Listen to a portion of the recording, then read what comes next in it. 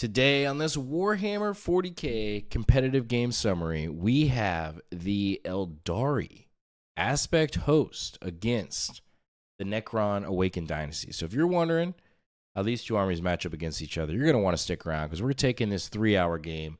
We're condensing it down into like 30 minutes, telling you what worked, what didn't work, what we learned, and simply just passing that knowledge on to you because I really do believe if one of us gets better, we all get better. And I would really like to point out that even if you are not an Eldar or Necron player, that I think you're going to get a lot of value out of this video today because I'm going to be talking about a lot of generalities, macro type concepts when it comes to the game. So hopefully you can take those things into your next game and improve as well is always my hope. So without further ado, let's freaking get into it here. So you may notice we have got some new terrain on the channel. We have some new mats on the channel, and I can't tell you how hyped I am about it. This full terrain set was sent over to me by Away Games and Big Bear 3D. Their information will be linked below. Check them out. I can't say enough good things about this terrain set, and I actually reach out to them specifically about it as well because it's fully modular. So, as the meta changes, as the competitive nature of the game changes, especially from edition to edition, I think it's kind of like a future-proof set. So very excited to have it on the channel. And overall, it just looks great and functions great. So we are playing Burden of Trust, Search and Destroy. And biggest thing with Burden of Trust, as you guys got to remember, player going first gets to guard basically one extra time. I promise that's how it works. And the second thing that a lot of newer players mess up is that you have to start your guard at the end of the command phase, all right? Not in the movement phase. So you have to kind of plan ahead of what units are going to be standing on objectives and trying to guard because it's before your movement phase. So you kind of have to plan a turn ahead of what units are going to be able to survive on that point and then being able to guard in the next round, all right? So going into this game, I played against Aeldari once. I played against Aspect Host once. And I think in general, Necrons have matched up well into Eldar throughout the edition so far.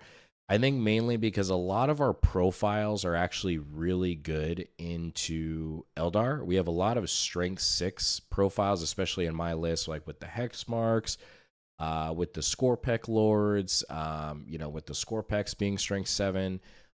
So it's like that perfect break point, especially also with the Silent King's indirect to Strength 6. It's that perfect break point where a lot of stuff is going to be hitting on 2s and wounding on 2s. So it's just very, very efficient. So let me flip it over to the list here really quick. So we have, you can pause this, you can screenshot it, do what you like. It's there for you. And then let's flip over to the report here. And I feel like I have a sneeze coming, so if I do sneeze, I apologize in advance. But like it's coming. I'm thinking about it. See, I thought about it. Now it's going away. I hate that. It's going to come, though. All right, but we got first turn. And going into this match, what I'm thinking about against Aspect Host, okay? So, especially in a competitive tournament. Look, Eldar, especially Aeldari, they do just so much crazy stuff. Like, so many react moves, like, so much jank. And you could totally just clock yourself out playing against Eldar if you're trying to think about all the little things that they can do. Like, it's very easy to fall into that trap and just try to feel like you're fully in control, but it's just not going to happen. Like, you gotta kind of simplify things. You got to keep things as simple as possible and stick to the game plan of your list and let it fall where it may. But the biggest thing is you're always trying to expose the weaknesses of the detachment or the army itself. And in general, Eldar don't have the strongest way to hold primary. You're not really seeing avatars. Now, again, this is outside of Aeldari, but a lot of times how they get that primary is through tricks like, movement jank and like other turns, right? To steal your primary away. They're really good at doing that. But like actually having anchor pieces and holding it down, that is not really their forte. So one, we're trying to expose that weakness, which the warriors can do relatively well. Also, we have a lot of little units in order to create certain move blocks, so we can measure out to make sure that wave serpents or warp spiders or those type of units can't specifically land somewhere, so it limits where those units can actually go. And for the most part, just using our indirect tools, especially with the king, to our advantage, because the king just with his indirect alone can pick up one of his units a turn fairly reliably, just because it's strength 6. And granted, you're hitting on 4s, but wounding on 2s, reeling 1s is really, really good. So, and the other nice thing is we don't really have to worry about battle shock for the warriors in this, which is really nice. And I think overall, it is felt good, at least against Aspect Host. Ynnari is definitely very tricky. I would be the first one to say that. It is a very, very strong detachment. Eldar are kind of in a weird place where it's like, it's like Ynnari or bust kind of right now. It just seems leaps and bounds better than the others. But hey, I could be wrong, but that just seems kind of the way it's been so far. So we're going to get first turn. And let me bring up the pictures here. And let's get a move in here. So we are going to get area denial on established locus. We love to see it on the first turn. So he's going to take his striking scorpions. He's going to shift them back behind the wall. And we have the flayed ones over here, mainly to force him to commit resources on this firing lane or over here. So then if he wants to trade those resources, the king is just going to pop out, right? And then just fire down this way. So this was like a decent place to put the flayed ones this game on search and destroy. It also gives me a really easy containment turn 1 or cleanse potentially or something like that, which is really nice. So the flayed ones were hanging out and chilling up there. So you're going to see, I'm going to fast forward here a little bit, going into top of 1. So we are going to be locusing with our hex mark here for 2 points. And then we are going to get area denial, obviously, with the warriors. And we're forming kind of a similar formation here, although not quite as wide, mainly to get more OC on these points over here to force him to bring stuff out to interact with this objective. Okay.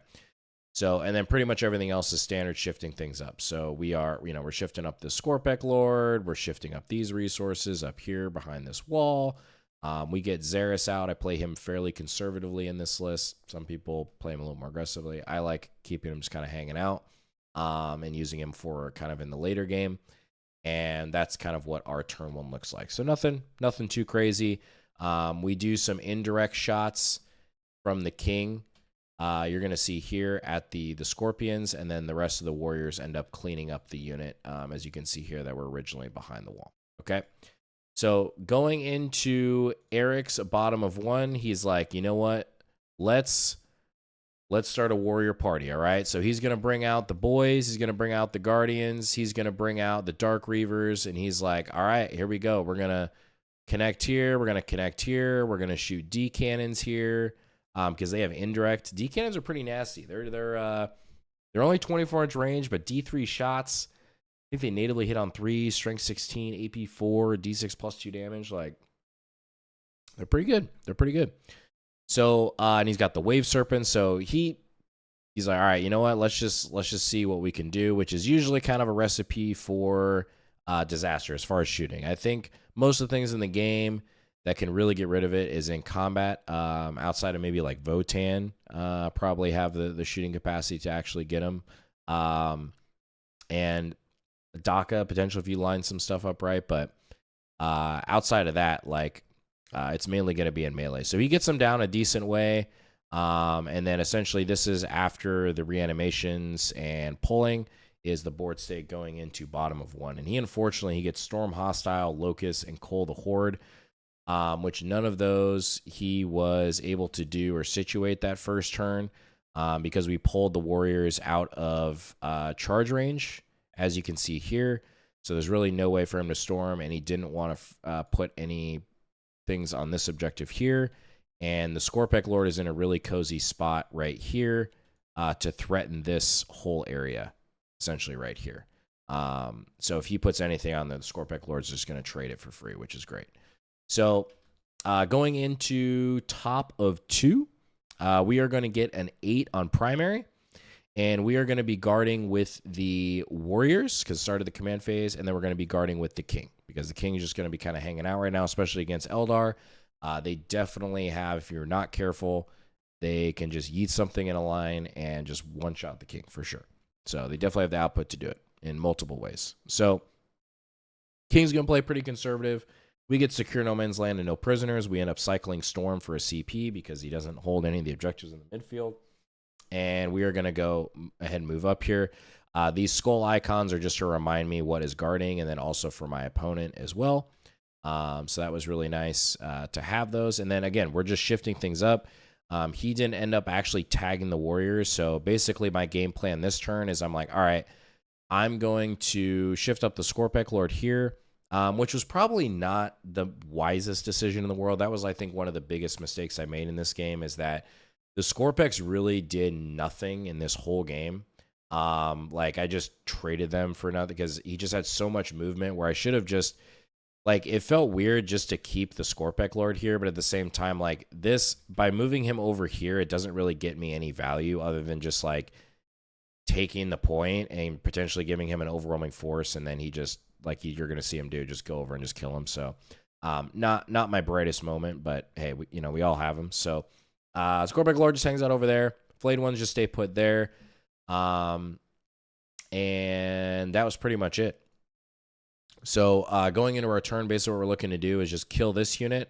We're going to indirect this unit and then call it a day. I mean, we're just whittling down his resources and just forcing him to come out, and we're still establishing good board control and doing well on primary. So going into, and then we end up deep striking.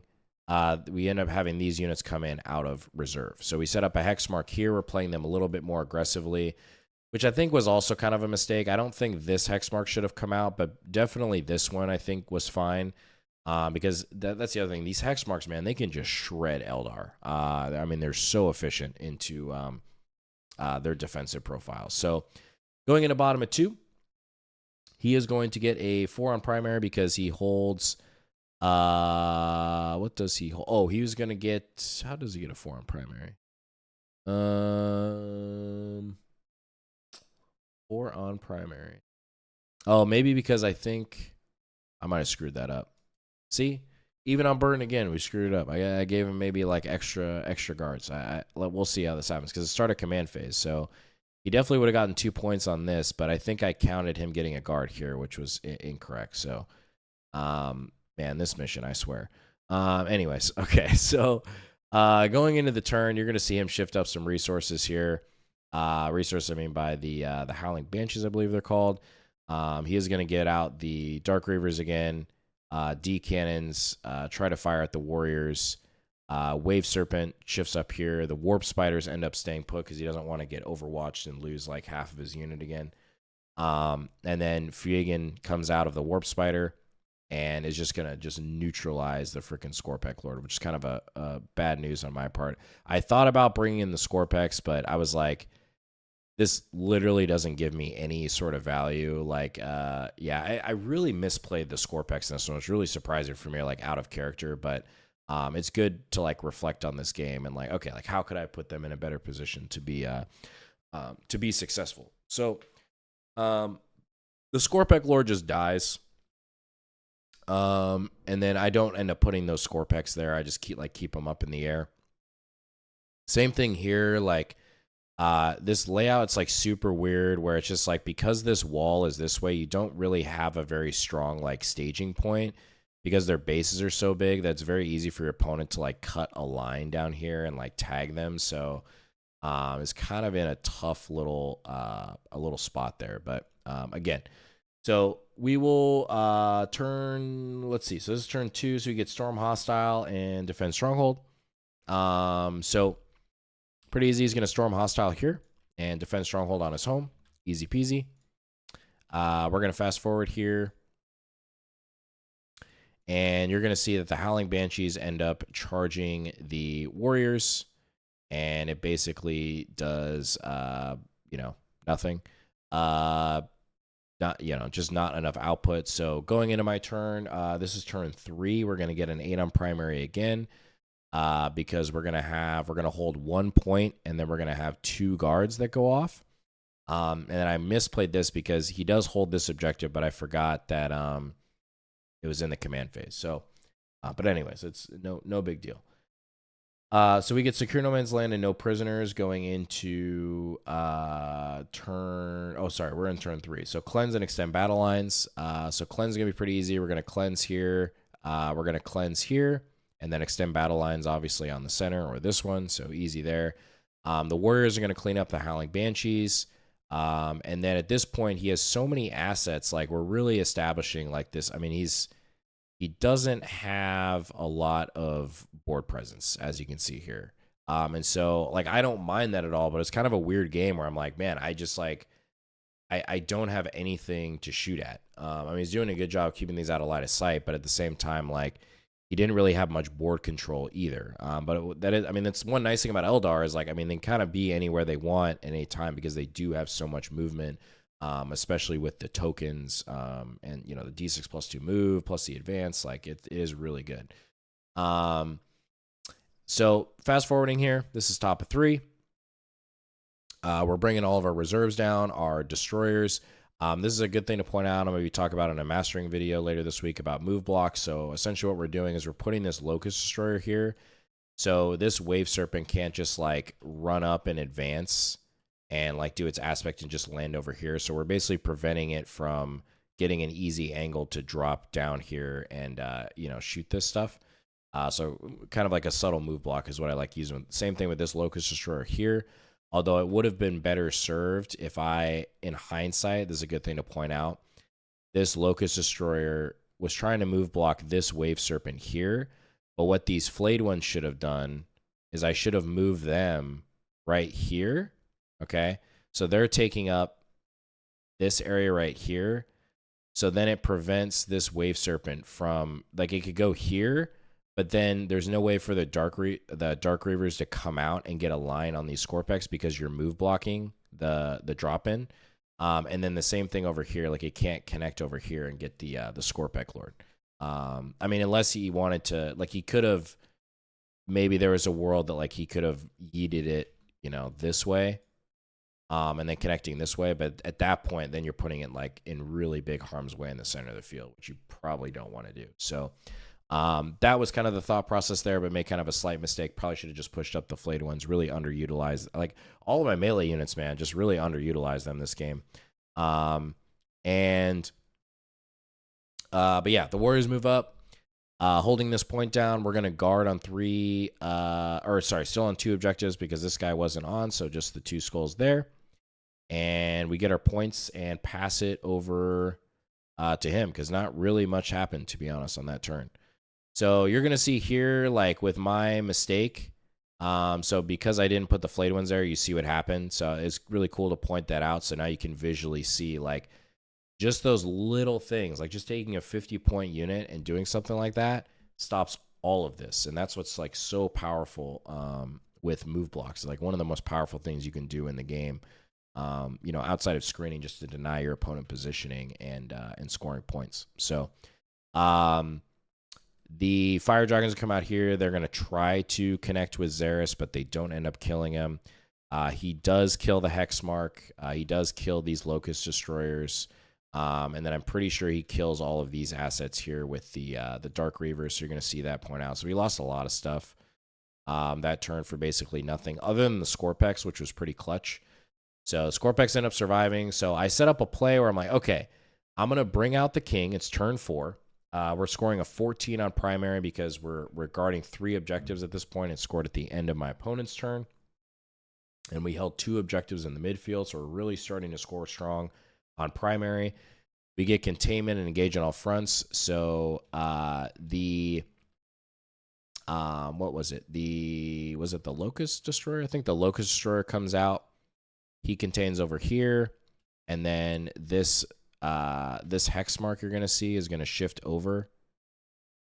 I think later, yeah. So that this Locust Destroyer contains here. Hexmark contains. He moves over here later, and then the king ends up whiffing, and I cannot kill the Wave Serpent. I forgot that one is -1 to wound. I can't remember why, or maybe it's not a Wave Serpent. It's something else.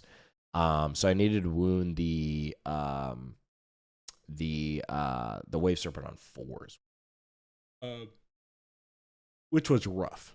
So didn't kill him. So I ended up having to get the Scorpex in, and then the Scorpex couldn't even kill it because I wanted to time it where I killed the Wave Serpent, and then the Scorpex could charge in and then just kill the Dark Reapers. But yeah, Xeris, the Luxor, and the King was not enough to get it, unfortunately. So it survives another day.